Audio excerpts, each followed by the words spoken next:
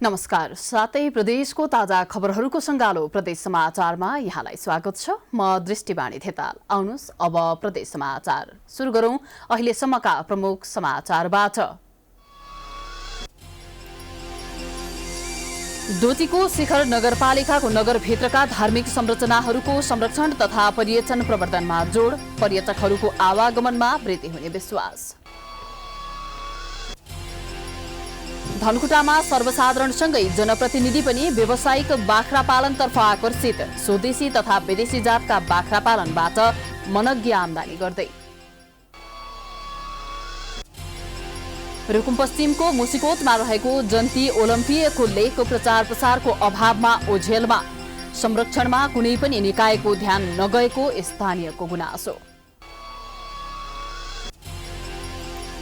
र दाङको घोराही उपमहानगरपालिका 1 र 2 मा पर्ने चेपे स्वतामा उपमहानगरपालिकाद्वारा कृत्रिम ताल निर्माण, आन्तरिक पर्यटनको गन्तव्य स्थल बन्दै।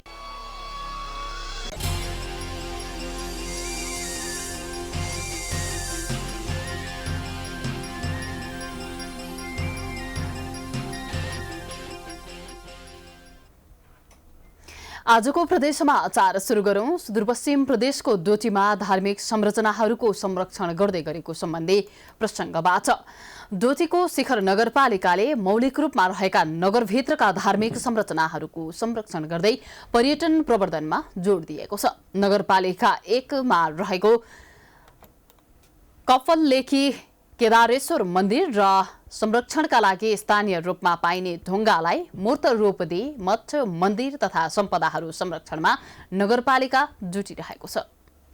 परापूर्व कालमा विशेष तरिकाले निर्माण गरिएका मन्दिर तथा धार्मिक संरचनाहरू लोप हुन थालेपछि नगरपालिका संरक्षणमा जुटेको हो। शिखर नगरपालिका 1 कपाललेकीमा परापूर्व कालमा विशेष प्रकारले निर्माण गरिएको केदारेश्वर मन्दिर अहिले जीर्ण बनेको छ। उक्त मन्दिरको स्वरूप जस्तै अहिले नयाँ मन्दिर निर्माण गरिएको छ।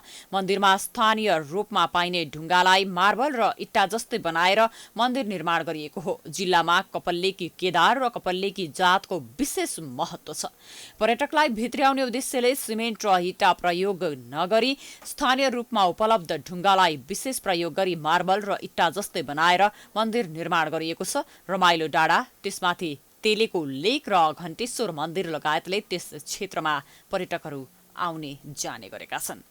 यसलाई पर्यटकीय चाहिने जो क्षेत्र चाहिँ मा चाहिने जो परिणत गर्नका निम्ति के अरे हाम्रो यहाँको लोकल ढुङ्गालाई जो सुम्मकी गाडाको ढुङ्गाले त्यत्रो राजपुर चाहिने जो बनेको छ, त्यत्रो सेती प्राविधिक चाहिने जो बनेको छ र सेती प्राविधिककै जसो ढुङ्गो काटेर यो मन्दिर बनाउन चाहिने जो सुरु गर्यौँ।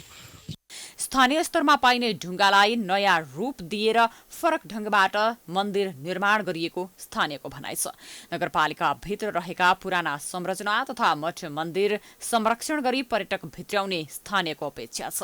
जिल्लामा रहेको ठूलो सम्पत्ति भनेको ढुङ्गा हो। यसलाई विभिन्न आकारमा निर्माण गरी मार्बल जस्तै बनाएर बिक्री वितरण गर्न सके आमदानी हुने पनि स्थानीयले बताएका छन्। ठूलो सम्पत्ति भनेकै ढुङ्गा हो भन्ने खालको कुरा जुन हाम्रो चाहिँ बुझाइ भयो, अनि त्यो बुझाइबाट यो ढुङ्गालाई हामीले चाहिँ मार्बलको ढङ्गले पनि ढाल्न सक्छौँ भन्ने खालको मानसिकता तयार गरिकन हामीले त्यही मानसिकताकै ढङ्गले यसलाई मार्बली ढङ्गले चाहिँ काटेर यो ढङ्गले हामीले चाहिँ यो मन्दिरलाई निर्माण गऱ्यौँ।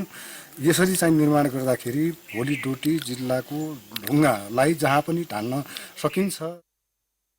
शिखर नगरपालिका वडा नम्बर 1 को र स्थानीयको चन्दा संकलनबाट 1,04,664 रुपैयाँमा मन्दिरहरू संरक्षण गरिएको हो। वडामा 2 वटा शिवका मूर्ति समेत निर्माण गरिएका छन्। डोटीमा रहेका धार्मिक तथा पुराना सम्पदाको संरक्षण गरी पर्यटकीय स्थलहरूको प्रचार प्रसार गर्न सके आर्थिक टेवा पुग्ने देखिन्छ। डोटीबाट एकेन्द्र चन्दको रिपोर्ट।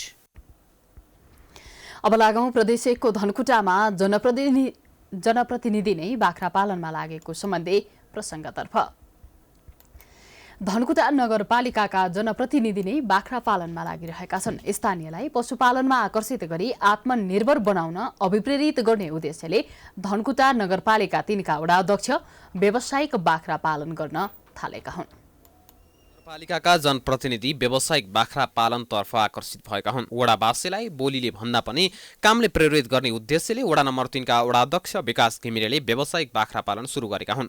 2 वर्ष पहिले 20 रोपनी जग्गा भाडामा लिएर काम सुरु गरेका अध्यक्ष घिमिरेले फर्म व्यवस्थापनका लागि मात्र 8 लाख रुपियाँ खर्च गरेका थिए। घिमिरेले करिब 20 लाख रुपियाँको लागतमा शुद्ध अफ्रिकन बोयर र अन्य जातका बाख्रा पालन सुरु गरेका हुन्। व्यावसायिक ढङ्गले पनि बाख्रा पाल्न सकिन्छ भन्ने विषयवस्तुमा यहाँका युवाहरूलाई अलिकति जागरुक गर्नलाई हामीले यो बाख्रा पालन गर्न सुरु गरेका छौँ। र अर्को कुरा चाहिँ के छ भने हामी यसलाई कम्तीमा यहाँका खरी जातबाट नस्ल सुधार गर्दै बोयरबाट अलिकति यो बाख्राहरूलाई अलिकति उन्नत बनाउन सकिन्छ कि सकिँदैन, हैन, नस्ल सुधारहरू गर्न सकिन्छ कि सकिँदैन भन्ने विषयवस्तुको हामी एउटा प्र्याक्टिकल पनि गर्दैछौँ। उन्नत जातका बोयर बाख्रा चितवन र मकवानपुरबाट ल्याएर पाल्न सुरु गरिएको हो। हाल घिमिरेको फर्ममा 50,000 देखि 3 लाखसम्मका बाख्रा रहेका छन्। फर्ममा उत्पादित शुद्ध बोयर जातका बाख्रा गाउँमा वितरण गरी किसानलाई व्यवसायतर्फ अग्रसर गरेको घिमिरेको भनाइ छ। फर्मबाट उत्पादित 75% बोयर जातका 5वटा बोका वडाका विभिन्न क्षेत्रलाई बाख्रा पकड क्षेत्र घोषणा गरी वितरण गरेको उनले बताएका छन्। हामीले समुदाय स्तरमा पनि हामीले बाख्रा पाल्न सुरु गरेका छौँ र हामीले 5वटा बाख्रा समूहहरू यहाँनिर दर्ता गरेका छौँ र 5वटा बाख्रा समूहमा हामीले लगभग 75% बोयर जातका बोकाहरू हामीले बिउ बोकाहरू हामीले समूहगत रूपमा अनुदान दिइसकेका छौँ। जिल्लामा अन्नबाली कम उत्पादन हुँदै गएको र जमिन चरणमा परिणत हुँदै गएपछि बाख्रा पालन व्यवसाय पनि सहज बन्दै गएको छ। प्राइम टाइम्स टेलिभिजनका लागि धनकुटाबाट ईश्वर थापाको रिपोर्ट। प्रदेश समाचारमा पालो भएको छ विश्रामको।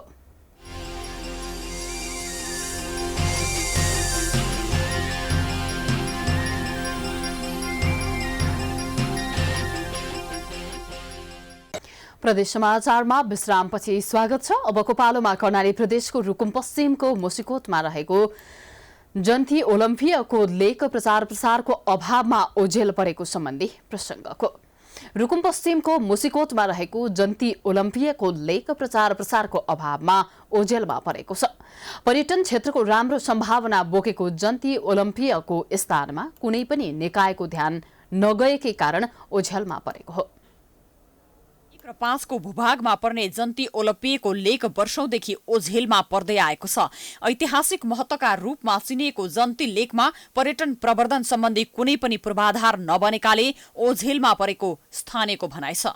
समुद्री सतहदेखि करिब 2600 मिटर उचाइमा रहेको जन्ती ओलम्पियाको लेकमा सत्ययुगमा मुसिकोटबाट जाजरकोटका लागि जन्ती हिँडेको समूह बास बसेकै अवस्थामा एकाएक ओलम्पियाको किम्वदन्ती रहेको छ। तर पनि यसको संरक्षण र प्रचार प्रसारमा सरोकारवाला निकायले ध्यान नदिएको मुसिकोटवासीको भनाइ छ। सदरमुकामको छेउछाउमै भएका यस्ता राम्रा स्थलहरूलाई के अलिकति हाम्रो स्थानीय सरकारले नजर गरिदिएपछि केही हाम्रो स्थानीय मान्छेहरूलाई, यहाँको मान्छेहरूलाई राम्रो हुने जस्तो म देख्छु। जन्ती ओलम्पियाको स्थानका रूपमा परिचित यो लेक पछिल्लो समय जन्ती बस्ने डाँडाका रूपमा चिनिएको छ। तर यो क्षेत्रका बासिन्दाले भने जन्ती ओलम्पियाको स्थानको संरक्षण नभएकै कारण यसको ऐतिहासिक महत्व हराउन थालेको प्रति चिन्ता व्यक्त गरेका छन्। मुसिकोट नगरपालिकाले भने जन्ती ओलम्पियाको लेकलाई पर्यटन क्षेत्रको रूपमा विकास गर्न भ्यू टावर निर्माण, प्रतीक्षालय, पदमार्ग लगायतका विभिन्न संरचनाहरू निर्माण गरिने बताएको छ। र हामीले त्यो ठाउँको विकास गर्नका लागि त्यो एकदमै भ्यू टावरको लागि त्यहाँबाट हामीले विभिन्न हाम्रा अरू छिमेकी पालिकाहरूको पनि दृश्य अवलोकन गर्न सक्ने अवस्था छ। सदरमुकाम मुसिकोटबाट 2 घण्टाको उकालोमा पैदल यात्रा पश्चात पुग्न सकिने जन्ती लेकबाट रुकुम लगायत छिमेकी जिल्लाका विभिन्न स्थान र उच्च हिमाली क्षेत्रहरू अवलोकन गर्न सकिन्छ। यसअघि प्याराग्लाइडिङको समेत सफल परीक्षण भइसकेको जन्ती ओलम्पियाको स्थानलाई पर्यटनको रूपमा विकास गर्न सके बाह्य तथा आन्तरिक पर्यटकका लागि प्रमुख रोजाइ बन्न सक्ने देखिन्छ। रुकुम पश्चिमबाट भरत चन्दको रिपोर्ट। अबको पालोमा प्रदेश 1को धनकुटामा एम्बुलेन्स हस्तान्तरण गरिएको सम्बन्धी प्रसङ्गको। धनकुटाको दुर्गम मानिने कुरुले तेनोपा र मुडेबास गाउँलाई लक्षित गरी एम्बुलेन्स हस्तान्तरण गरिएको छ। 24 गाउँपालिकाको कुरुले तेनोपा जन्मनुभएका संविधान सभा सदस्य हेमराज भण्डारीद्वारा 4 जनाले हेमराज भण्डारी सहित 4 जनाले धनकुटाको 24 गाउँपालिकालाई एम्बुलेन्स प्रदान गर्नुभएको हो। संविधान सभा सदस्य हेमराज भण्डारी सहित 24 थिनका पूर्ण लिम्बू, खोटाङका यादव राई र दोलखाका दिल्ली बराइलीले एम्बुलेन्स खरिद गरे गाउँपालिकालाई हस्तान्तरण गर्नुभएको हो। उहाँहरूले आफ्नै लगानीमा करिब 13 लाख मूल्यको एम्बुलेन्स खरिद गरी गाउँपालिकालाई प्रदान गर्नुभएको छ। गाउँमा एम्बुलेन्सको अभावमा धेरै बिरामीले शास्ति बेहोर्नु परिरहेको र बिरामीलाई अस्पतालसम्म पुर्याउन सहज होस् भन्ने उद्देश्यले एम्बुलेन्स प्रदान गरिएको संविधान सभा सदस्य भण्डारीले बताउनु भएको छ।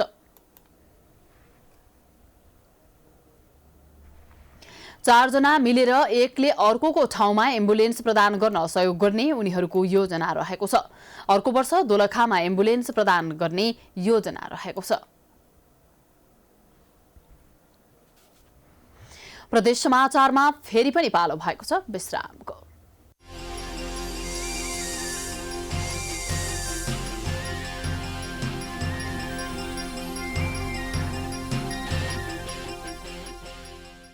विश्रामपछि स्वागत छ। अब प्रदेश समाचारको अन्त्यमा लुम्बिनी प्रदेशको दाङमा कृत्रिम ताल निर्माण गरिएको सम्बन्धी प्रसङ्गको। प्रदेश 5 सरकारको लगानीमा दाङको घोराही उपमहानगरपालिका वडा नम्बर 1 र 2 मा पर्ने चेपेसोतामा कृत्रिम ताल निर्माण गरिएको छ। ताल निर्माण भएसँगै त्यस क्षेत्रमा आन्तरिक पर्यटकको गन्तव्यको स्थल बन्ने अपेक्षा समेत गरिएको छ। स्थानीय चेपेसोतामा ड्याम बाँधेर ताल बनाउन सुरु गरिएको हो। प्रदेश सरकार र घोराही उपमहानगरपालिकाको सहकार्यमा निर्माण सुरु गरिएको चेपे तालमा अहिलेसम्म 2 करोड भन्दा बढी रुपियाँ खर्च भएको घोराही उपमहानगरपालिकाले जनाएको छ। प्रदेश सरकारको 50 लाख रुपियाँमा घोराही उपमहानगरपालिकाले रकम थप गरी ड्याम निर्माण गरी ताल बनाएको थियो। 7.5 बिघा क्षेत्रफलमा फैलिएको ताललाई बहुउद्देश्यीय बनाउने प्रदेश सरकारको योजना अनुसारको काम भइरहेको छ। तालमा अहिले बोटिङ गर्नेहरूको स्थल मात्रै बनेको छैन, यहाँ 23,000 भन्दा बढी माछाका भुराहरू राखिएको छ। त्यस्तै तालबाट बगेको पानीले खेती योग्य जमिन सिँचाइ भइरहेको वडा अध्यक्षले बताएका छन्। यो तालको क्षेत्रफल 8 बिघा छ। यसको उद्देश्य भनेको खास गरेर 3टा कुरा। एउटा भनेको पर्यटन विकासको लागि, यो क्षेत्रको चिनाउनको लागि र यहाँ तपाईको आन्तरिकदेखि बाह्य पर्यटकहरू यहाँ भित्र्याउन् भन्ने एउटा उद्देश्य हो। दोस्रो उद्देश्य भनेको यो तपाईको जलाशयबाट यो भन्दा यसको वरिपरि रहेका गाउँहरूमा सिँचाइ होस् र यहाँका किसानहरूको आय आर्जन होस्। भोलि बिहान त्यस्तो किसिमको व्यावसायिकमुखी किसानहरू बनन् जसलाई पानीले कहिले पनि नरोकोस् र शिक्षित मतलब सिँचाइ क्षेत्र होस् भन्ने हो भने। तेस्रो भनेको यो जुन जलाशय छ, यो वायु जुन यो पानी हो, यसले दिने आर्द्रता जुन छ, यसले यहाँको वातावरणीय प्रभावको लागि राम्रो प्रभाव परोस्, यहाँका जनताहरू स्वच्छ हुन् र उनीहरूको समृद्धि होस्, स्वास्थ्यको पनि समृद्धि होस् भन्ने यी 3टा कल्पना गरेर बनाइएको जलाशय हो। पानीका स्रोतहरू सुक्दै गएको दाङ उपत्यकामा पानीका स्रोत संरक्षणका लागि कृत्रिम ताल आवश्यक हुने आवाज उठेपछि प्रदेश सरकारले कृत्रिम तालमा लगानी गर्न थालेको हो। सिँचाइ, माछा पालनसँगै वातावरणीय र पर्यटकीय आकर्षणका लागि ताललाई आम्दानीको स्रोत बनाउने र डुङ्गा सैर गराई मनोरञ्जनसँगै आम्दानीको स्रोत केन्द्रित गराउने गरी स्थानीयहरूलाई नै सञ्चालनको जिम्मेवारी दिएको उपमहानगरपालिकाले जनाएको छ। आन्तरिक पर्यटकहरू पनि तालमा गई बोटिङ गर्न पाउँदा निकै खुसी भएको अनुभूति गरेका छन्। आन्तरिक पर्यटकको लागि लास्टै राम्रो छ।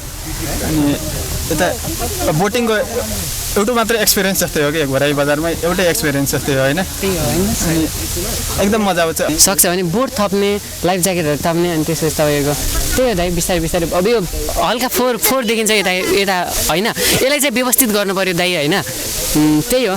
बोटिङ तथा अन्य कामबाट भएको आम्दानीबाट 20% उपमहानगरपालिकालाई जाने र 80% कर्मचारी व्यवस्थापनमा खर्च गरिने बोट सञ्चालक समितिले जनाएको छ। यो टिकट चाहिँ बाट चाहिँ आएका जुन रकम हुन्छ त्यो रकम चाहिँ यहाँ 20% चाहिँ सञ्चालक समितिले लिने र 80% चाहिँ यो डुङ्गा चाहिँ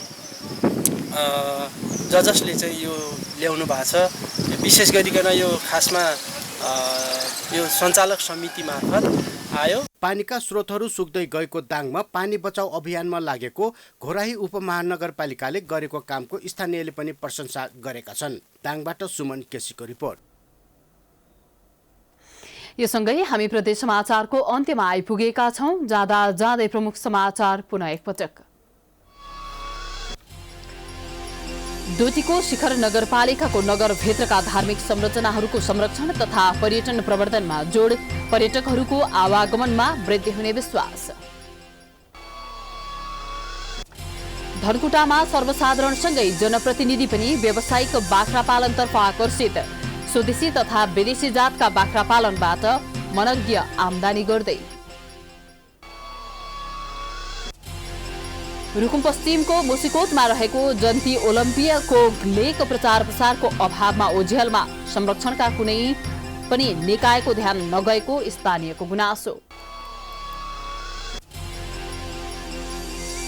र दाङको घोराही उपमहानगरपालिका 1 र 2 मा पर्ने चेपेसोतामा उपमहानगरपालिकाद्वारा कृत्रिम ताल निर्माण, आन्तरिक पर्यटकको गन्तव्य स्थल बन्दै।